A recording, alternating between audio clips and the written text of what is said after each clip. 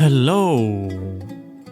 Welcome back to another archaeogastronomical adventure.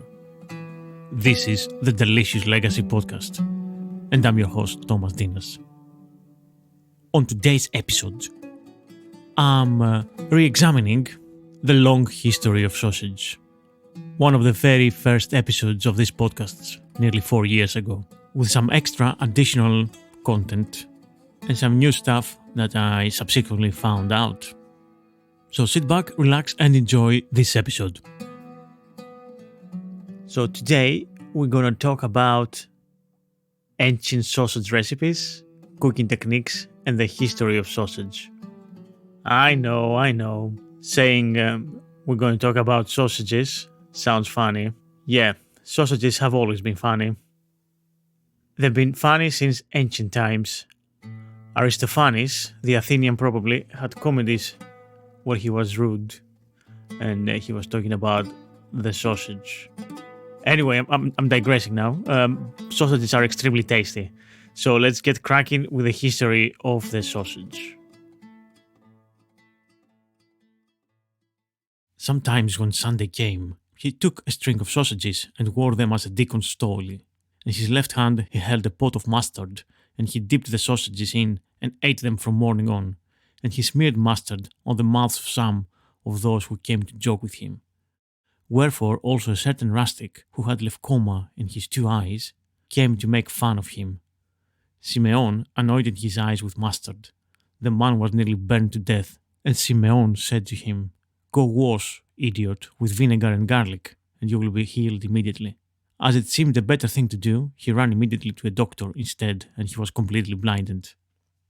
These are the words of Leontios, the Bishop of Neapolis, around the 7th century CE, writing about Simeon the Holy Fool, a hermit and a monk from Edessa in modern-day Turkey. He's my favorite saint, as he seems he loved sausages.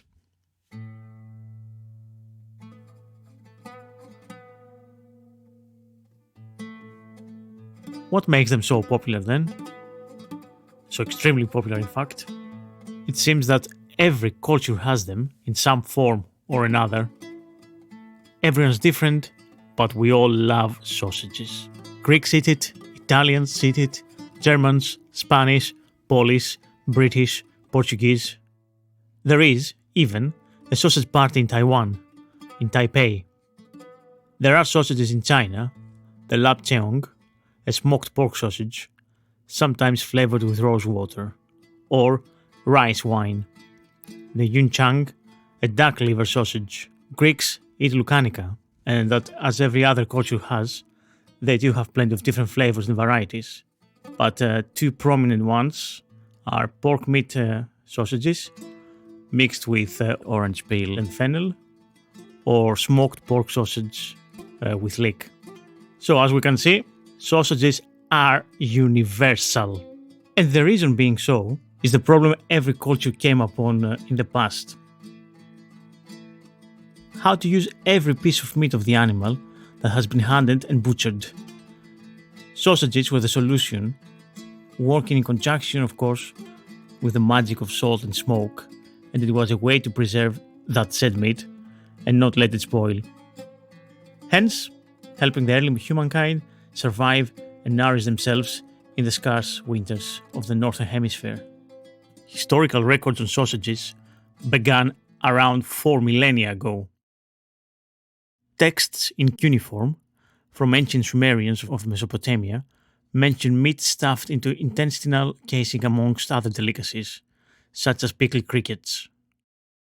Now, aren't you glad that the subject today is not edible insects? By the way, the land of Mesopotamia is what we call today Iraq, Syria, and southeastern Turkey, and the word itself is from ancient Greek and means the land between the 2 rivers, and this is where the very first civilizations arose, like the Sumerians, Assyrians, Akkadians, Babylonians, and so on. The 2 rivers mentioned are Tigris and Euphrates, and this is where we found the first ever written records for sausage.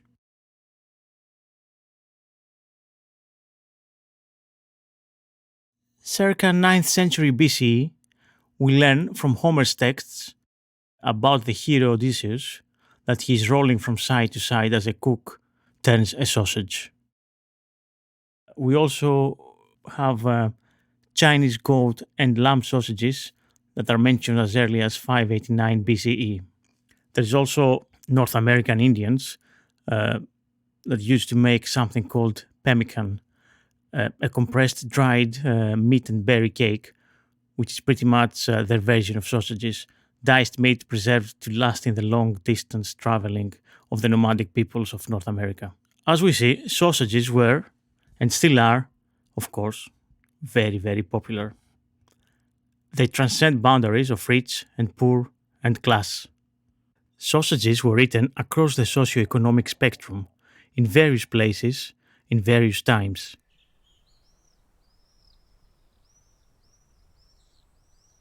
For a closer example here in Britain, during the Anglo Saxon era, most people hunted. Particular cuts and preparations, all kinds of meats, were not class specific. Eating sausage throughout the winter was necessary and vital for the survival of everyone, lord and peasant alike. So, this is another reason for the popularity of the sausage and its ubiquity across the world, across every culture we've seen so far. But let's go back to the ancient world. We have mentions of sausages from the written records on cuneiform tablets in Mesopotamia. We have mentions of blood sausages in ancient Egypt, and in Homer's Iliad, blood sausages made with pig's blood and barley meal. One of the most famous regions in antiquity for its smoked sausages was a region in southern Italy, near to what we call the heel of Italy.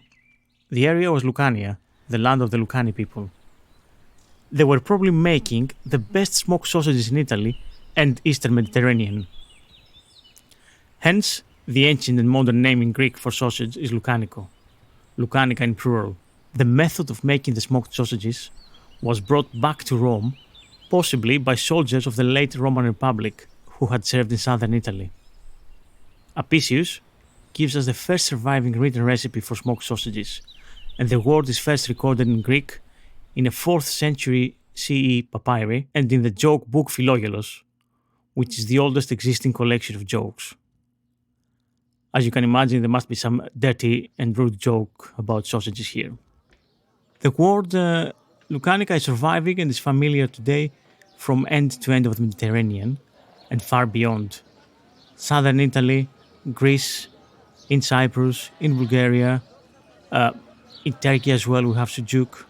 In Portugal and Brazil has survived as linguiça, and in Spain as longaniza. And this is the magic that is almost in every culture.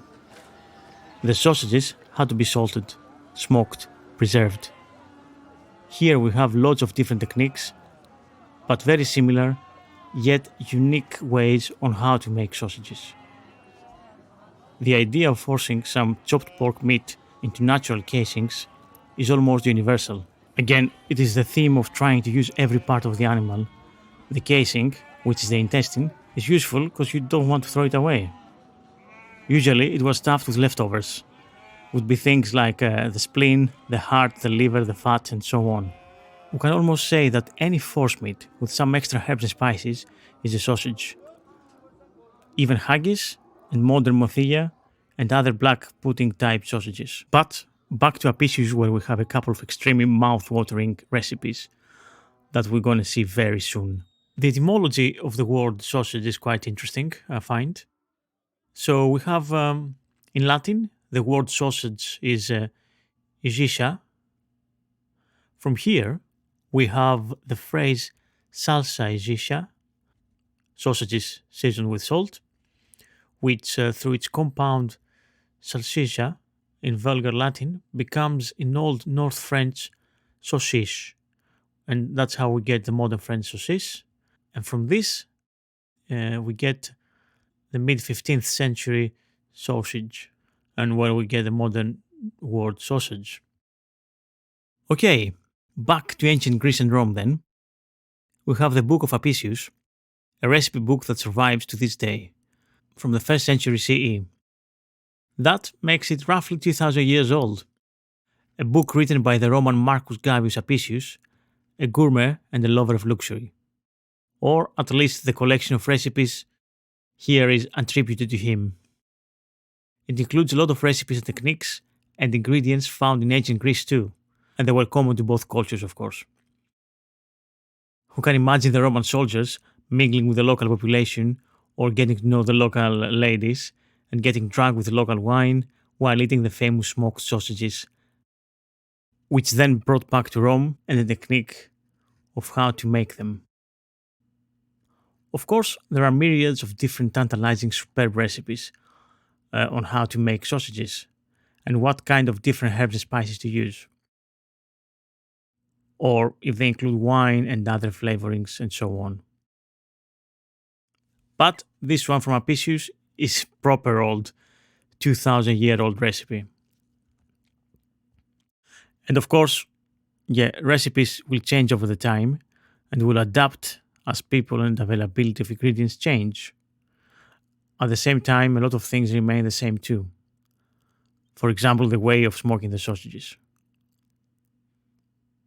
But the modern versions of Italian sausages,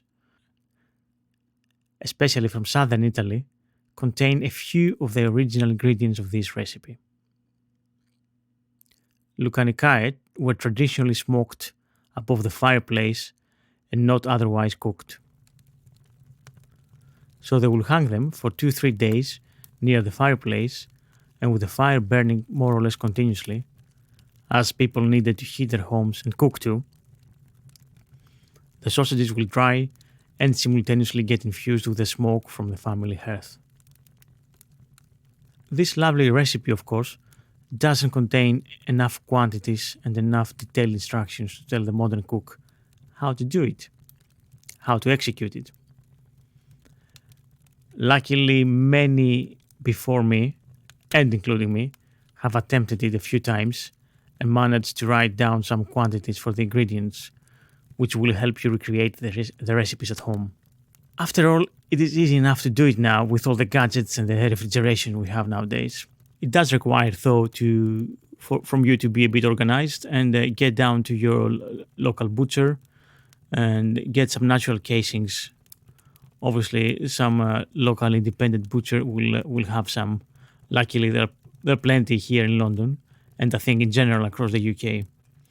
And so this authentic element will be ticked basically. It's good to go and get pork intestines for this, and I'm sure the local independent butcher will use natural pork casings for his sausages too. I think there is enough to find, to be honest. So the original recipe, as Apicius wrote it, is the following: Lucanicae, crushed pepper, cumin, savory, rue, parsley, mixed herbs, bayberry, fish sauce, and mix in well beaten meat, rubbing it well into the mixture. Then, adding fish sauce, whole peppercorns, plenty of fat, and pine kernels, stuff it into an intestine pulled as thin as possible and hang it in the smoke. So, for ancient smoked Lucanicae, you will need 450 grams of pork belly, finely chopped or pass it through the mincer, about 30 grams of pine kernels, which will you crush into pestle mortar, 20 black peppercorns, whole peppercorns, 1 teaspoon chopped dried rue, 2 teaspoons dried savory, 1 full heaped teaspoon of cumin, 1 teaspoon crushed black pepper, 30 juniper berries, and 3 teaspoons of chopped fresh parsley. And on top, you'll need about 45 ml of fish sauce or 3 tablespoons of our garum. Just make sure you mix all the ingredients throughout the mince. And then obviously you will need to use your favorite technique of stuffing the casings, which is not very difficult overall, but yeah, you'll need some practice to do it properly. If you can't be bothered with casings, just make them as patties or as long oblong burgers. That works as well. Of course, for an experienced cook and someone who cooks all the time and is used to do sausages and so on, that wouldn't be a problem. You can improvise and do stuff accordingly. But a lot of times we don't have the time, we don't have the cooking at home, we don't have the inclination to do something so vague. We need to be more specific, and we need to cook for X amount of people. We need recipes with exact ingredients. So this one, as I told you before, this one I've made before, so we can have some exact quantities. So this will give us about six 30 centimeters long sausages. That's how many we need, to be honest. It's easy enough to do it with a piping bag. So just use a piping bag and half fill it with a mixture. Of course, if you have a stuffing machine, sausage stuffing machine, you can do it far more easier. But I don't think many of us have at home this. So yeah, you half fill the piping bag with a mixture, and then you push it down repeatedly through the casing. So yeah, once you make your sausages, then it's time to smoke them. At this point, it's best if you cook them straight away. The best way to do it is on the barbecue, so you can get a bit of smokiness in them. If you have a fireplace large enough that you can suspend a bunch of sausages and with a bit of a draft of air going through, then let them dry for 2 days and then cook them. Of course, you can smoke them and simultaneously dry them on your barbecue. Especially convenient if you have a side smoker, which means that you can do it low and slow with your favorite wood chips. Another sausage recipe from the book of Apicius, it calls for white sausages, which they're normally boiled. So for this one, you will need about 1 leek, finely chopped, 30 grams of cracked wheat, which you're going to boil, or some pearl barley perhaps, 340 grams of minced meat, something like pork belly again works well, about half a teaspoon of ground lavage seed, 2 eggs, 30 grams of pine kernels crushed, 30 ml of fish sauce, 1 teaspoon of black peppercorns, and half a teaspoon of ground black pepper, and of course sausage skins. In a similar fashion, you will finally chop the leek, combine all the ingredients in a food processor if you want, or mix them really, really well with your hands, and stuff the sausages. Once you make one long or six smaller sausages, depends with the length of your intestines of the casings, you will place them in a pan with cold water and bring that slowly to boil. Once it reaches the boiling point, turn it down and let it simmer for 20 minutes. At this stage, they will be white and they can be eaten either hot or cold. Of course, you can always grill them if you wish. Now there's a mystery food. Some Latin authors just mention tucetum or tucetum without any closer description. Apicius mentions it 3 times. The first passage containing a noun suggests that it was a well-smelling delicacy. The second concerns using it to add flavor to some kind of a purer dish or simpler dish. And the third, the final one, informs us generally about preparing this food. And in Persius' text Satura, we can find only one phrase which can be translated as fat tuceta or tuceta. And we also find a casual description of the product in another text. They were cold, covered with ice, or brought from the north. So various scholars over the ages, they suggested different interpretations of what tucetum or tucetum is. And one of them is some kind of cured meat. Some others say it was some kind of ragu with meat. And some others translated as sausage or even haggis. A different viewpoint by Emilio Sereni. In his opinion, the word refers to the cut of beef or pork meat preserved with lard. And moreover, he indicates connection between the Spanish tocino, bacon, and Portuguese tocinho, which is lard or bacon. So this interpretation finds support in others, which associate tucetum with the Lithuanian taukai, which is fat, and claimed that this was an ancient equivalent of a French dish called rillettes, so salted, diced, or minced meat stewed for a long time in fat. So either sausage or some kind of pork meat or beef meat preserved in fat. So this is another interesting and a curious example of preserved meat from antiquity. It may be fairly said that the sausage making tradition has long gone in the Gaul or modern France and in Italy for 1,000 years, 2,000 years uninterrupted, and sausages themselves have remained much the same, which is kind of true, but also obviously things evolve and evolve all the time. But Roman sausages, which included the Circerelli, Tomaccinae, and Incisia, pendulus for a large slicing sausage, they all used large intestine as the skin, as the casing, and they were making thin sausages made by the small intestine.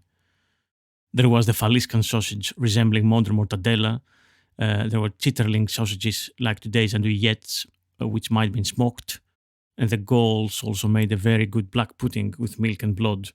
Most sausages in antiquity were concocted to preserve leftover meat and meat byproducts and fat. And the fat content is especially important because fat itself is a sort of preservative, covering the bits of meat in a protective coating and keeping ambient bacteria away.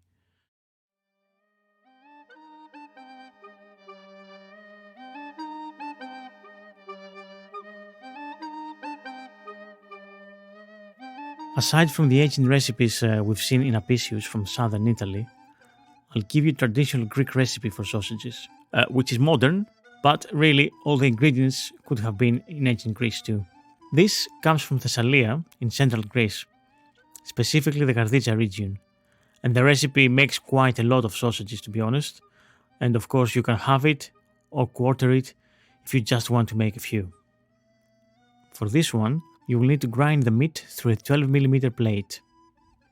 So, 250 grams of onion finely chopped, 750 grams of leek finely chopped, the inner tender leaves, parts of the plant only,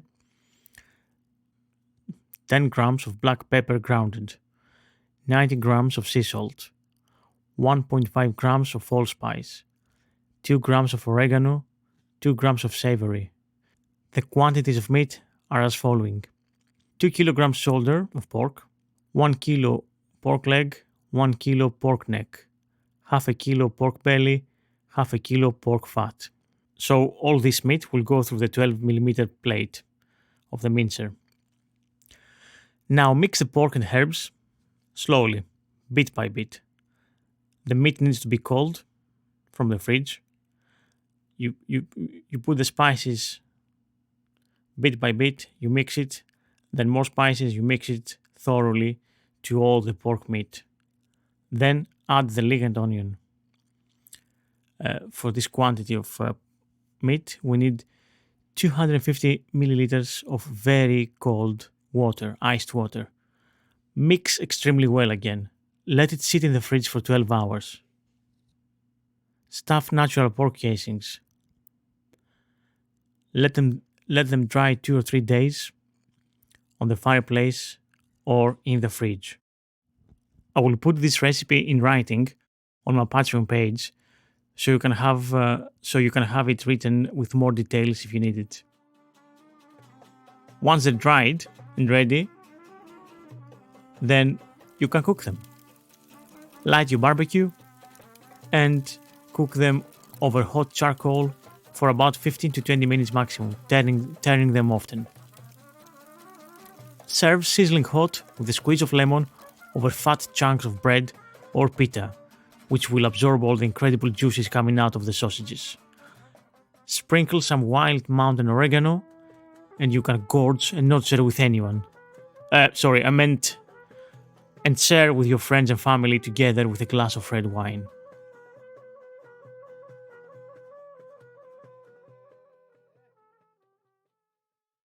Two of the sausages that I really love from modern French influence, let's say, it's the Morteau. One of them, Morteau sausage is a staple of the gastronomy of the Jura Mountains. It consists of a natural casing closed at one end by a small wooden clip, and the flesh inside is the result of a delicate balance between meat and pork fat. The animals used in this production are carefully selected and fed on whey, which is a byproduct obtained when making comté or some other traditional cheeses from the area. The subtle taste of Morteau sausage comes from the combination of spices and aromatic herbs, pepper, garlic, shallot, coriander, and cumin especially, and a bit of nutmeg, some red or white wine from the Jura, and the smoking process over juniper wood, fir, and spruce. This process takes place in the famous Dube Tuyes, which is a traditional oven for smoking. And then Morteau is traditionally fastened with a sliver of wood, and it's not fried or grilled, but gently simmered. Once cooked, Morteau sausage is soft and mellow with a firm and juicy bite. So these 2 years, the pyramidal ovens and the sausages are smoked for 48 hours in there. The other favorite of mine is a Corsican specialty called figatelli, and the basic filling is pork liver, highly seasoned with salt and pepper, finely mixed and filled into a thin skin from the small intestine. They are smoked for 4 or 5 days and then hung in a well-ventilated place. Figatelli are eaten after a week, fried, baked or grilled. If they are kept for a month, they can be eaten uncooked, but they will not keep much longer and may ferment. As a bonus for today, I'm going to talk about old traditional British sausages that I don't think you can find it in supermarkets or in butchers that easily, to be honest. I certainly haven't seen it as far as I remember. It's called Polony sausage, and it's a cooked pork sausage sold in loops of 40 to 50 centimeters long, with a skin bright red and closing pale pink meat. It has a cured pork flavor, lightly spiced and lightly smoked. The name of the sausage might be a corruption of Polonia or Bologna. Whichever, Polony has had over 300 years to develop a British identity, as it was popular in the 17th century. We have a recipe for Bologna sausages in 1726, which displays several characteristics still associated with the Polony. For example, the color has always been red. Red sage, saltpeter, red wine were all used as coloring. So the recipe for this one is pretty much standard. You mix lean and fat pork, which is chopped fine. You mix that with flour paste or with rusk and seasonings: salt, pepper, mace, coriander, and ginger. Then this is filled into wide casings. They are boiled for about 45 minutes with red food coloring in the water. Then chilled in iced water, then drained, and you can eat them cold, sliced, or warm them up in the frying pan. Have you ever heard of them? I certainly haven't. As an extra double bonus, I'm going to talk about a condiment that goes very well with sausage: mustard. So I'm going to talk about Tewkesbury mustard. So Tewkesbury mustard was famous in the 1500s, so more than 500 years ago, which in my books classifies it as ancient. And it was so famous that it was a byword for particular kind of stupidity. There was a saying, "His wit's as thick as Tewkesbury's mustard." The mustard seed was ground in a mortar or crushed with a cannonball. Really? With a cannonball? Anyway, sifted, combined with sifted, combined with an infusion of horseradish, well mixed for at least an hour, made into balls, then dried. It was sold and then reconstituted with various substances: vinegar, verjuice, cider, or red wine. For a modern version that I think we can do ourselves at home, the ingredients are mustard seed, horseradish root, wine vinegar, and if you find it, acetic acid. The spices are ground, mixed to a paste with the other ingredients, and allowed to mature for several days before bottling. Today's sausages are as popular as they've ever been. There are even loads of sausage festivals across the globe, In UK, we have Ludlow Food Festival. In China, the Harbin Sausage Festival. There are festivals in Germany, Hungary, Italy, Portugal. In France, we have the Morteau Sausage Festival, which celebrates the Belle de Morteau, a pork sausage which is smoked for at least 48 hours with sawdust from conifer and juniper trees within tuyers, a pyramidal chimney. It's not cooked as the smoking is accompanied with a strong current of air, and it must be only produced on the plateau and the Jura Mountains at altitude greater of 600 meters to be called Belle de Morteau. Once it's cooked, the Belle de Morteau sausage is soft and mellow with a firm, juicy bite, and it's definitely going really well with lentils and bean stews, and just frying it really. It's incredible taste.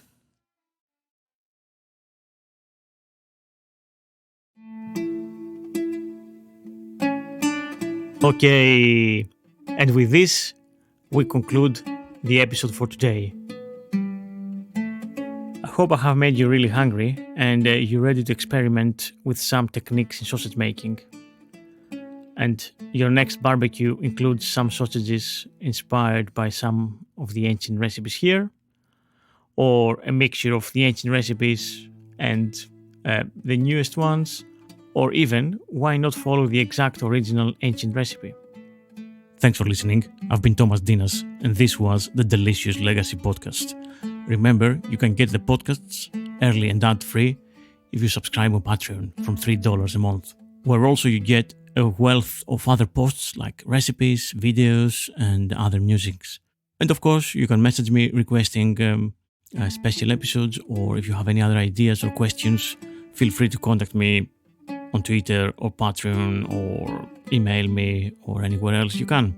Thanks for listening and see you again next week.